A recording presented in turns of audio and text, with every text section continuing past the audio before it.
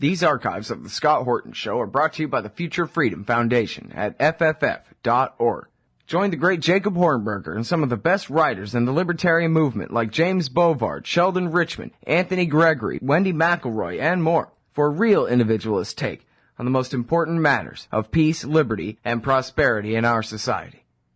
That's the Future Freedom Foundation at fff.org. Hey y'all, Scott Horton here. After the show, you should check out one of my sponsors, wallstreetwindow.com. It's a financial blog written by Mike Swanson, a former hedge fund manager who's investing in commodities, mining stocks, and European markets.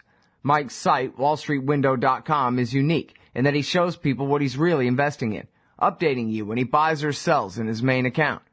Mike's betting his positions are going to go up due to the Federal Reserve printing all that money to finance the deficit. See what happens at wallstreetwindow.com. And if you'd like to sponsor the show too, let me know at scott@scotthorton.org. Also sponsored by Dagny & Lane, Ionic Minerals Skincare. Check out their great skin and hair care products at dagnyandlane.com. And libertystickers.com. If you hate the state, you should get a sticker that says so for the back of your truck. libertystickers.com. Everyone else's stickers suck. Welcome back to the show. I'm Scott. ScottHorton.org is my website. Keep all my interview archives there. Next up, Pepe Escobar from the Asia Times. Welcome back to the show. Wonderful to be with you, Scott. Always a pleasure. Well, I appreciate you joining us. I should say atimes.com. I don't think I say that often enough when I introduce you. That's how people can read your work, or just put in your search engine Pepe Escobar, and you'll find the best of Pepe Escobar, which is all of it. There at atimes.com.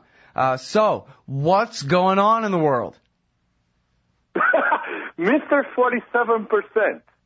He is all over the place, even in Congo, Malawi, Mozambique. You know, that's the only thing.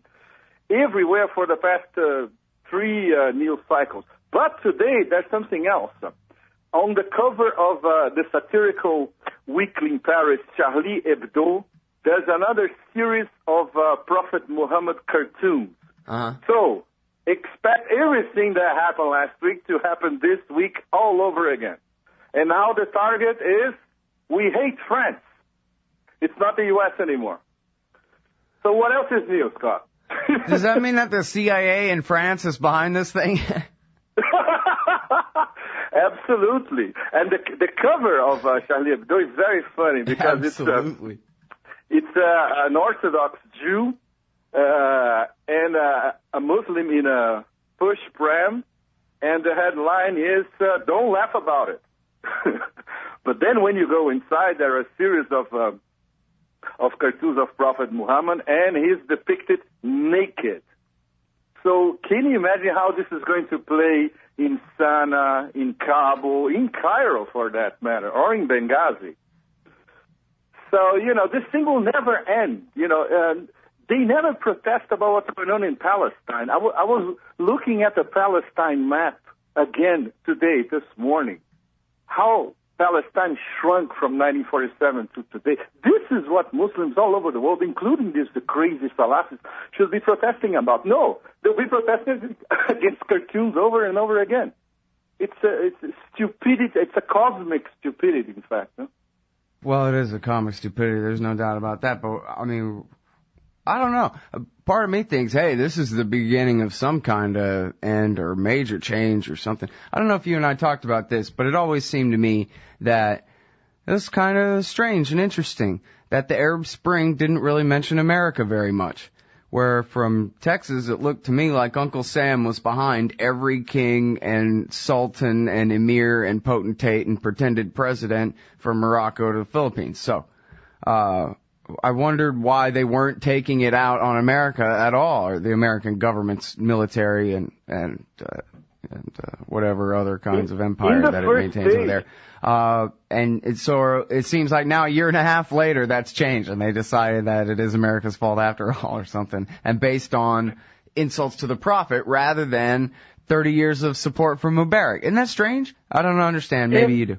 Absolutely. But in the first stage, Scott, especially in Tunisia and Egypt, the local populations were they were obsessed about toppling the old order, even though the new order would take time to consolidate. In fact, it will take years, if not decades.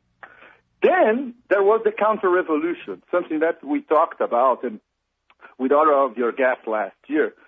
Started basically with Libya, involved Bahrain, the invasion of Bahrain by Saudi Arabia, and the toppling of Gaddafi in Libya with the help of hardcore Islamists and Salafist jihadis. So the narrative changed completely from liberation of dictatorial regimes supported by the U.S. in the Northern Africa and the Middle East to the counter-revolution, which was organized basically by the House of Saud with active collaboration by the U.S., help from London and Paris, and the Qataris heavily involved as well. And the whole thing culminated in Syria. They thought that the Syrian regime, just like Gaddafi, would collapse in a matter of months, even without NATO's humanitarian bombing. And they were absolutely wrong, because one thing we know for sure about Syria is that it's a very well-organized police state, as repellent as it is for most Syrians. But they know how to repress people, and they know how to contain a guerrilla, an insurgency, whatever you want to call it, NATO rebels, whatever you want to call it. And this is exactly what happened. And the fact that I would say that starting last week, after the assassination of Ambassador Stevens in Benghazi, people in Washington are starting to think over and over again about getting in bed with Salafi jihad. This is a very bad deal, because everybody knows blowback is inevitable and will be inevitable. It has been happening since Afghanistan in the 1980s. So this is not going to change. On top of all this, we have the war inside the Muslim world, which is basically the Ikhwan, Muslim Brotherhood, against the Salafis. So we can also say that this is a war pitting the Emir of Qatar against the House of Saud, because Qatar, their official foreign policy is to support the Muslim Brotherhood everywhere. They did that in Libya. They're doing that in Syria. They're doing that in Jordan, which sooner or later will collapse as well. That King PlayStation is probably going for eternal exile in London with his queen. And the House of Saud, they support, of course, hardcore Wahhabis all over the world. That's what they started to do in Afghanistan in the 80s, in Pakistan. And the Salafi jihadis, of course, the nebula of Salafi jihadis that we in the West call Al-Qaeda, but it's not, in fact. It's a lot of local movements, basically, including a local brigade that is, we can say 90% of certainty by now, were responsible for the attack against the U.S. consulate in Benghazi. Some call them Ansar al-Islam, and some call them Omar Abdul Rahman Brigade. Whatever that is, this is a collection of Salafi jihadis.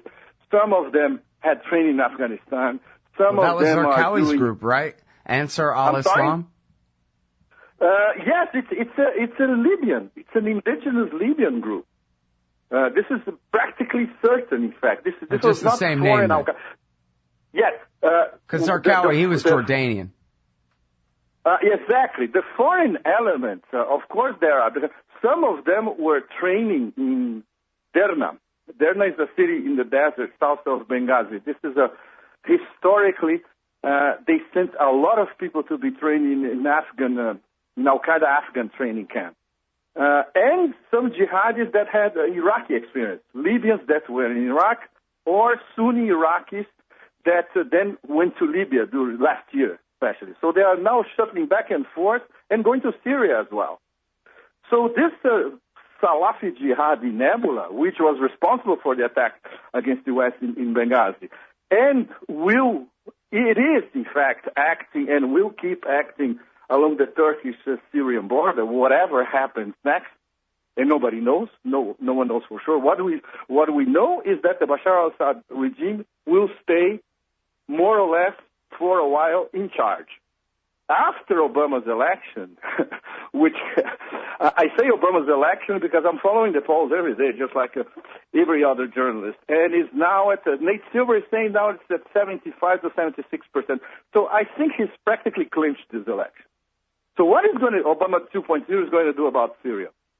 Is he going to accommodate Assad, with Turkey involved as well.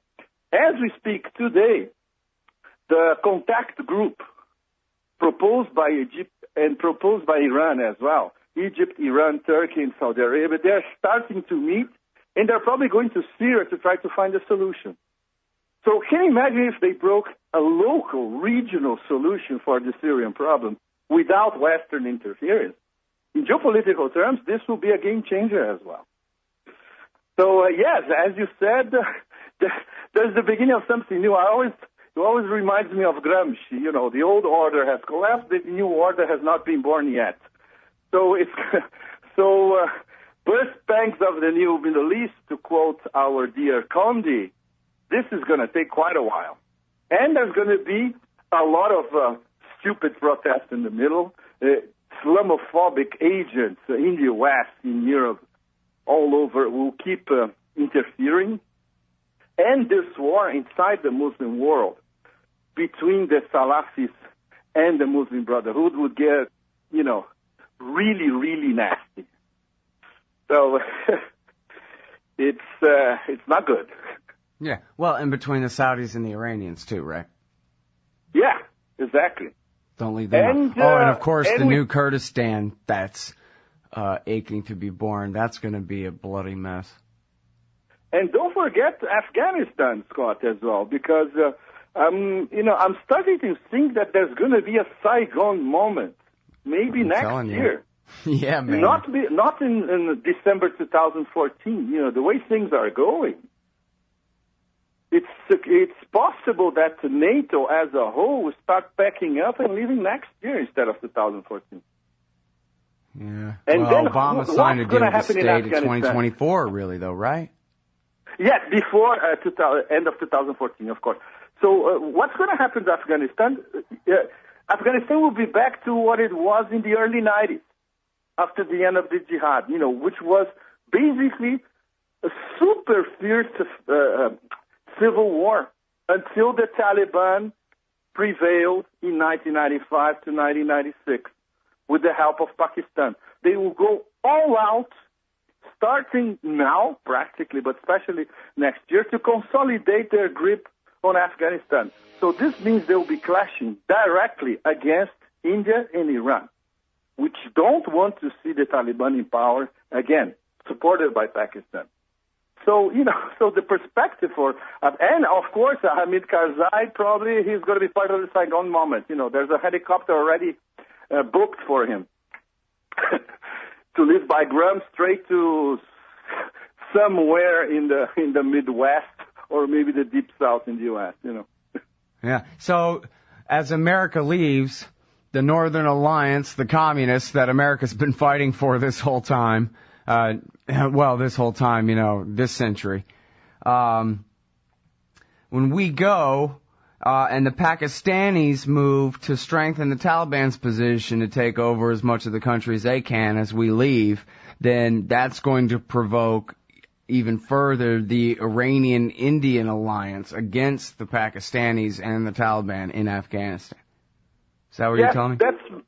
That's more or less what could happen. And then whose side is Russia and China on? China's on Pakistan's side, right? But the problem for Russia and China, there's one thing they don't want, the Taliban in power again. So in this sense, they are aligned with Iran and India. But there are some other complicating factors, because Pakistan, they want this Shanghai Cooperation Organization, they want Pakistan to be a full member. So if Iran and Pakistan are full members of the SCO, they have to find ways not to antagonize each other, because the SCO is primarily, I would say, a security organization. There's also the problem, no matter which country you are involved there, that you can't get rid of the Taliban anyway. Nobody can seem to get rid of them once they're there. Exactly. You just cannot get rid of them. So one possible solution would be for them to be part of a power-sharing arrangement in Kabul. I'm sure this is being discussed in those secret negotiations between the Taliban and the U.S. By the way, in Qatar, where the Taliban now have an office in Doha. I wonder what Pakistan is going to say about that, because what Pakistan wants is Afghanistan as a client state. This has been their policy for the last 30 years, at least, even before the jihad in the 1980s.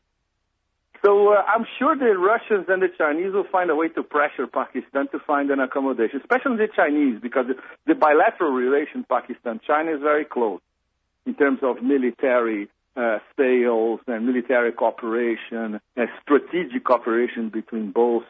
But the thing is to find a solution that will be acceptable to Iran, India, Russia, China, and Pakistan at the same time. And we're not even talking about the Afghans, because the Afghans, basically what they want is the end of a 30-year-old war, practically non-stop. So a lot of Pashtuns would agree with that, but the Uzbeks, the Hazaras, and especially the Tajiks will say, wow, Pakistan back in our country and with Taliban as part of the power arrangement in Kabul, this is going to be a disaster. There are going to be pogroms all over the country, just like during the 90s, the late 90s especially. So it is practically an unsolvable problem because, modern Afghanistan, since Zbig Brzezinski had the fabulous idea to start a jihad over there with the help of the most reactionary elements in the Muslim world, Saudis and then the Pakis, it had to happen, and now it's unsolvable. Yeah. Well, so what? Who cares about some stirred-up Muslims? We brought down the Soviet Union. Well, I mean, that's what he said. Exactly. That was before September 11th and the current terror war. I don't know if he would say the exact same thing now. Exactly, fair, and the renamed terror war now, nobody even talks about the war on terror anymore, right? Since the West was in bed with the Salafist jihadis in Libya and now in Syria, it's demonstrated once again that for Washington, when they want to further any short-term geopolitical interest, it doesn't matter who you get in bed with. You never get in bed, of course, with indigenous nationalist movements. These are the real bogeymen, But if you want to use Salafi jihadis, Al-Qaeda spin-offs, crazy Salafis, everything is fair game, The consequences, of course, it's for the next administration. Yeah. Well, now, you were talking about Syria earlier and support for jihadis there. We have clips of, I have a clip here. I think you've heard it. I won't waste your time with it, but it's Hillary Clinton saying, hey, Zawahiri is pro-rebel in Syria, and we need to make sure that we're not accidentally helping him. I'm badly paraphrasing what she said, but the intent is correct there. So then Ben Swan, who's this great Ron Paulian local TV news guy, he got an interview with Obama and put to him assassinations and indefinite detention in Syria and Libya and Afghanistan and all of these things. And Obama basically said the same thing. Well, he was trying to deny the degree of his intervention in Syria, really, and was saying, well, we're trying to help provide some non-lethal aid, just for the poor civilians there, but we're being very careful to not get involved because, gee whiz, you're right, newsman. I have to admit that, we're, Al-Qaeda is on the side of the rebellion there, or Al-Qaeda types, the kind of people that the government would call tied and guilty enough to kill or whatever if it was Afghanistan instead of Syria, right? Yeah. And yet, but you've been reporting for, 10 months or something like that, oh no, the CIA's there helping coordinate the Free Syrian Army and the rebellion there. Exactly. And the CIA, in fact, the official CIA spin is that we are selecting which fighters, warriors or freedom fighters get weapons that are, most of them bought in the black market, shipped to Turkey, and then the CIA says they are screening the fighters. This is completely absurd because come on, it worked perfectly well in Libya. Yes, exactly. It did work in Libya. There's no question about it. It didn't work in Libya, especially with the Misrata Brigade and the Abdul Hakim Belhaj Brigade, which was being trained in those mountains southwest of Tripoli. And then they arranged that pincer movement that was basically the fall of Tripoli in 24 hours. These people, they were trained by Qatari intelligence, Qatari military. They were trained by the CIA as well. So it was very organized in Libya. In Syria, it's much more complicated. Yeah. Well, and you're not supposed to count the guys that killed the ambassador. Some of them, the Libyan Islamic Fighting Group, because some of the people of the Libyan Islamic Fighting Group are part of the new power structure in Tripoli, including Belhaj. But some others, they felt that no way, we have to fight this government because they are aligned with Western interests. Because don't forget, their mentality is basically, we want a caliphate. This implies Westerns are dangerous infidels, and you can have a tactical alliance with them for a while, but afterwards, the war against the infidels is back. So these people, brigades, scattered brigades, including the one that was responsible for the attack against the consulate, they will be at war with the central government in Tripoli. There's absolutely no question. They want basically for Cyrenaica, eastern Libya, to become an emirate. So they don't respect so-called secular power in Tripoli, especially because it has very good connections with the U.S. and with the Europeans. So it's also a Muslim internal war in Libya. It always goes back to the same point, in fact. Any country that you examine, from Northern Africa to the Middle East, wider Middle East, you find this internal Muslim war between Muslim Brotherhood, different strands of the Muslim Brotherhood, from moderate neoliberals to some that are more exalted, let's put it this way, against Wahhabis and Salafis and Salafi jihadis, which is the really hardcore jihad brigade forever, So there's no way the West has any influence over this internal fight in Islam. It's absolutely impossible. And even the best Muslim scholars, they talk about fitna, which is a fissure inside Islam. And they say, look, as long as we don't solve the fitna problem, Islam will never progress. They're right in this sense. The problem is, how are you going to convince a bunch of ultra-hardcore medieval sheikhs in Saudi Arabia that they should start, I'll give an example, issuing fatwas every week calling for the killing of Alawites in Syria. This is happening practically on a weekly basis. Or how are you going to prevent the sheikhs in Al-Azhar in Cairo, which is considered the seat of a Sunni Islamic intellectual thought, interpretation of Islam? They are almost as intolerant as the Saudi sheikhs as well. So it's impossible, back. It's just like Chief Wiggum on The Simpsons. We're powerless to help you, not powerless to harm you. We can come in there and just shake the shit out of everything and make everything worse for everybody. Yes, exactly. And the craziest thing is that you see people in Washington, like I was in New York for the past 2 weeks, and a lot of people in New York and some people in Washington were worried about our allies in Saudi Arabia. Come on! These people in Saudi Arabia, these sheikhs in Saudi Arabia, they have been fomenting this thing for decades, in fact. You cannot possibly have an ally with Saudi. It's absolutely impossible for a postmodern empire like the West to be allied with a 7th century desert kingdom. It doesn't make sense at all. No matter how the angle you try to analyze it. Hey, you know what I wonder? If America didn't sell them all their weapons and train their so-called guard units and whatever the hell like that, would all those princelings in the Saudi royal family rule Arabia at all, or would they have fallen long ago, or how's that work? Because I've actually talked to some people who say that even really without American help, that more or less is the natural government of that part of Arabia anyway. Look, if you talk to the Hashemite family, in fact, they will disagree because they consider themselves the rulers of Arabia. So they were deprived of ruling Arabia after World War I, in fact, by the 1930s.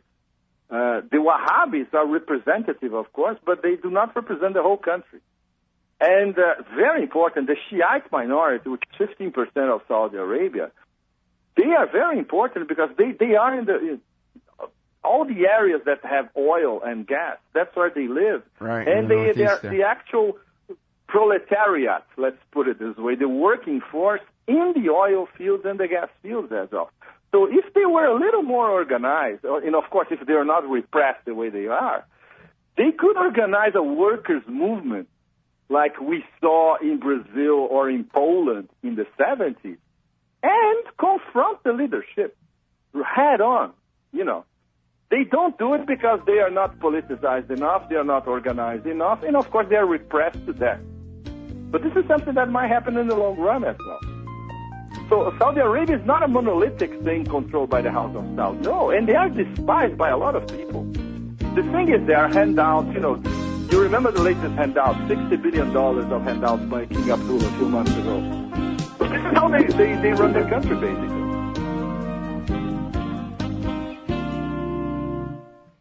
All right. Well, hey, we're going over time. I turned off the show because the show's over, but I wanted to still interview you for just a minute, if that's all right. Always a pleasure, Scott. Okay, great. Well, so I wanted to get back to the sort of larger scene of these massive protests. Obviously, sparked in many places, at least, if not in Libya, with that attack on the ambassador, but in the rest of these places, supposedly at least sparked by this provocative YouTube clip somehow. But now raging on, and then, of course, as you mentioned, the French cartoonists chipping in to make matters worse for everybody. But so I wonder, and obviously, it's actually been great fun to see just a few people in the mainstream media say, gee, guys, I think maybe we need to admit this isn't just about a YouTube video. That truth just barely kind of creeping through there. That's been sort of fun to watch. But so now, since you and I understand what everybody's really rioting about in a little bit larger context there, I wonder how long you think the riots are going to go, how deep, how meaningful they really are in terms of, whether this signals a real change in the amount of power the empire has over there, the amount of influence there. Because, I guess you're saying that, yeah, it does. All these forces are unleashed in the wars in Libya and Syria, forces that the Americans can't control. But so do you see that like quickly spilling over to Jordan or to, the Arabian Peninsula? Obviously, we've had our problems in Yemen, but the rest of the peninsula, all our dictatorships seem more or less stable there. Is it all going to just keep spiraling out of control at this point, or is this just letting off a little bit of steam and, the way things have been is going to keep rolling on, or what do you think? It's going to be a total instability, to put it mildly, if not bordering on chaos, for quite a while, because it's a mix of influences and interferences. The internal war in Islam that we were talking about a while ago, the fact that the U.S. will try to interfere as much as possible to prevent, especially very close regimes, being toppled. Example, Jordan, which Jordan doesn't have a particularly strategic importance to the U.S., but if there is unrest or some kind of guerrilla movement springing up in Saudi Arabia, Washington will freak out because they wouldn't know how to do it, how to deal with it. Because basically the most important thing is how to confront Iran, how to confront what is defined in Washington by the axis, Iran, Syria, and Hezbollah. The fact that the Syrian regime did not fall and is not likely to fall in the near future was a blow to the whole thing, to the whole rationale, in fact. The fact that Iran is trying to, latest meeting of the non-aligned movement proved graphically that Iran is not isolated. Not only it is supported by Russia, China, and even India, but it's supported by most nations of the non-aligned movement. That's 120 nations. Iran has the support of at least 80 or 90 of these. So they are not isolated. So there's not going to be regime change in Iran. There's got to be a deal. So the only possibility would be that if Obama is reelected, he will go for what I call the Nixonian moment. Okay, let's sit down with Ayatollah Khamenei, which is the guy that really decides everything in Iran, and let's organize a package. But can you imagine the reaction of the Likud-Niks and Israeli lobby in Washington?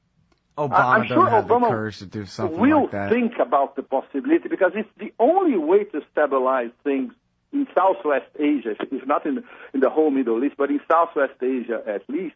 And this will disarm Saudi Arabia out of this obsession that they have, which is to fight Shiites all over the place.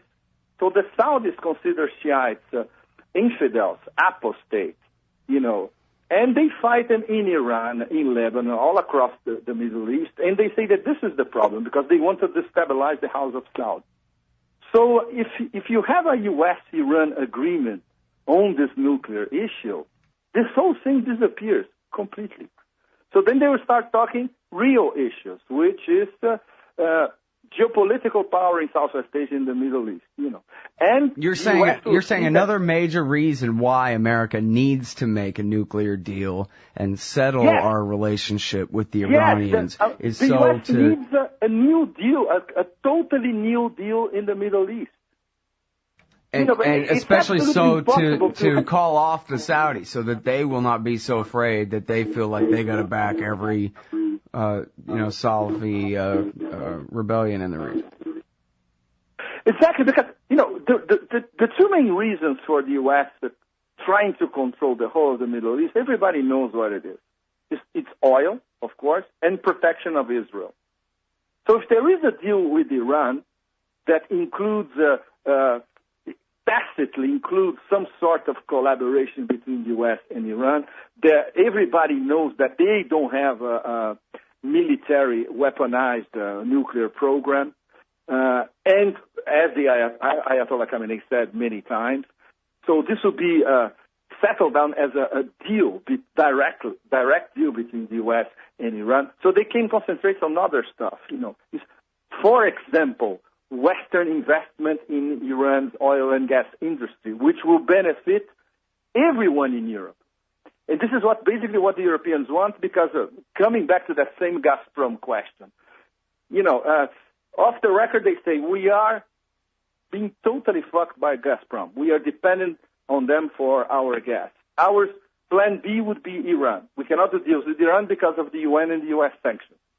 So this whole thing will disappear. So it's, as the Chinese say, it would be a win-win situation for everybody. And the U.S. will have its hands concentrated on solving some other problems. For instance, the possibility of a Palestinian state, which has disappeared completely from discussion. Why? Because of Bibi's obsession in bombing Iran, which contaminated Washington as well.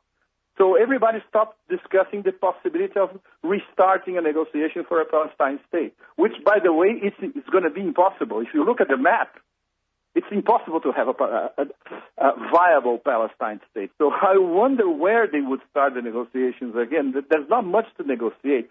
So how are you going to undo this collection of Bantustans in Palestine? But if there's no new deal or no new initiative, this whole thing in the Middle East will keep festering and festering, basically driven by the Saudi hate against Shiites and ultimately against the West as well. They want to live in that 7th century frame of mind, and the House of Saud would be privileged for the 7,000 princes and fuck the rest of the population. That's what life in Saudi Arabia really is, But this is never discussed here in the U.S. Never. Well, I thought all they wanted to do was party on their yachts all day. What happened to that? No, isn't that what they say, that all the Saudi princes are a bunch of spoiled brats? Yes, and they are. They are spoiled, they are corrupt, and they absolutely don't care about... I would say 95% of the Saudi population. The same thing, it's an amplified version of what goes on in Bahrain. So they want the 21st century for them. They want the 7th century for everybody that they rule over. Exactly. And for them, they want nightlife in Monte Carlo, Ferraris in the Côte d'Azur, that kind of stuff. Parties in London, that's it. And, of course, getting rich selling oil to the West, basically, to the Europeans, to China as well. So, there's something very interesting in Saudi Arabia. It's a parallel process in the long run. They want to do many more deals with China. So one of these days, we're going to see Saudi Arabia selling more oil to China than to the West. So then the Saudis themselves are going to say, oh, man, maybe we don't need the U.S. as customers anymore. We're going to be protected by China. Can you imagine if or when that happens? Well, the sooner the better, as far as I'm concerned. The sooner I don't know the better. why we need a single boat over there. By the way, I screwed up. I meant to ask Phil Giraldi this earlier when we were talking about Iran, and I didn't. So I'm going to ask you and see what you think. It sure seems like Barack Obama has more or less told Benjamin Netanyahu, hey, just shut up for now at least, to put it mildly. And at the same time, we've got a massive war game going on and a military buildup like crazy in the Persian Gulf right now. Now, is that just part of telling Netanyahu to shut up? Or is that because telling Netanyahu to shut up is really a smokescreen and that naval buildup is what it's really all about? Look, these war games, they were scheduled months ago. So it's not that something that was scheduled last week or in these past few days. Yeah. It's interesting that it coincides with what is now totally accepted, that Obama actually told Netanyahu to shut up. And General Martin Dempsey, the top military guy, said exactly the same thing as well. There's not going to be a war, and I don't believe it. I don't believe in it, and it's not going to work. The problem is Bibi and Barak, especially, they are so crazy. They are against their own cabinet in Israel. This is the craziest thing. And a lot of the Israeli press that is not controlled by people like Sheldon Adelson, for instance, if you read the Haaretz every day, there's always a very good, well-argued, in-depth article saying that this war is not going to work. It's folly. And on top of it, Israel doesn't have the technical means to destroy Iran's nuclear program. They could postpone it for a year, 6 months, 2 years, whatever. And then Iran will have a very good reason to build their bomb. So it's crazy. This is something that I wrote yesterday. Bibi wants regime change in Washington, much more than he wants regime change in Tehran. Yeah. So I think this is the essence of the whole story. He believes that with his friend Romney in the White House, he will be able to bomb Iran in 2013 because he knows that he can do it by himself. And his own intelligence services tell him we cannot do it. Yeah, well, it's certainly clear that Netanyahu prefers Romney. That's the only reason I can think of to prefer Obama at all. Not that would amount to a reason to vote for the man. Although, really, Mitt Romney is only sworn to commit mass murder the entire time he's in power. Barack Obama already has been committing mass murder the entire time he's in power, which means he belongs nowhere other than a prison cell. Scott. The shadow wars especially in the Waziristan, in Yemen, in Somalia, in the Horn of Africa, soon in Central Africa, they will go on with Obama 2.0. That's for sure. Now this is a state policy in the U.S. With Romney, this thing wouldn't be different. There will be the added element of going for an attack against Iran, which I think the Obama administration, and even Obama administration too, will consider, okay, let's keep with the sanctions, but let's keep talking. And eventually we may sit down and discuss an overall deal. So it's the least bad of two possibilities, exactly. But you're right. Mass murder will go on all over the Muslim world, and our good old Mr. Blowback will be back on a weekly basis. All right. Well, let me ask you one more thing, and this may be just silly, but I really wonder what you think of this. And as far as I know, you've never reported on this, so I'm just asking your speculative opinion and that kind of thing. Where is Ayman al-Zawahiri? Oh my God, this is a very good question.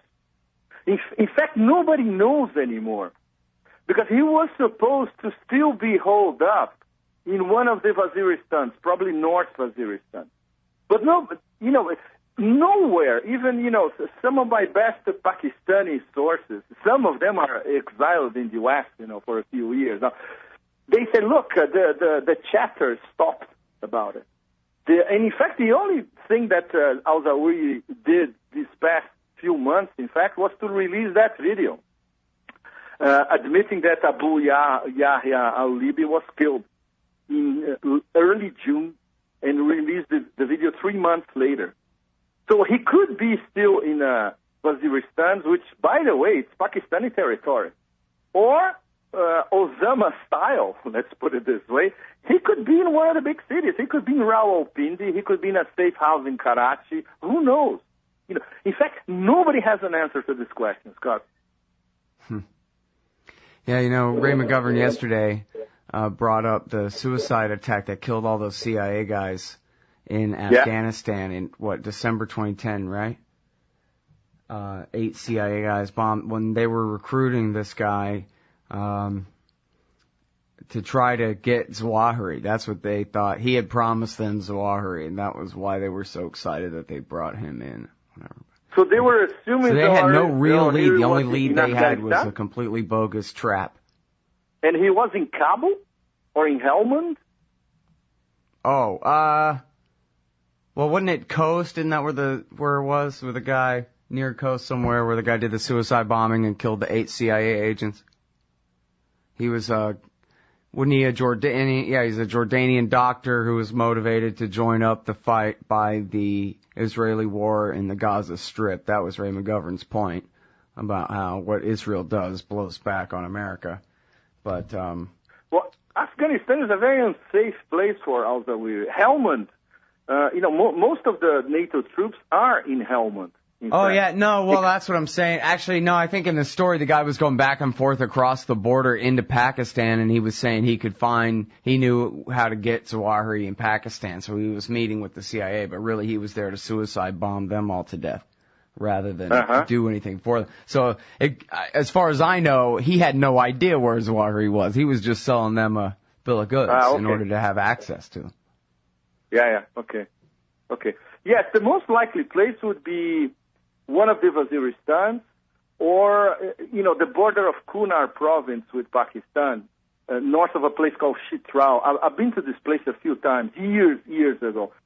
It's very easy to cross back and forth. Very, very easy.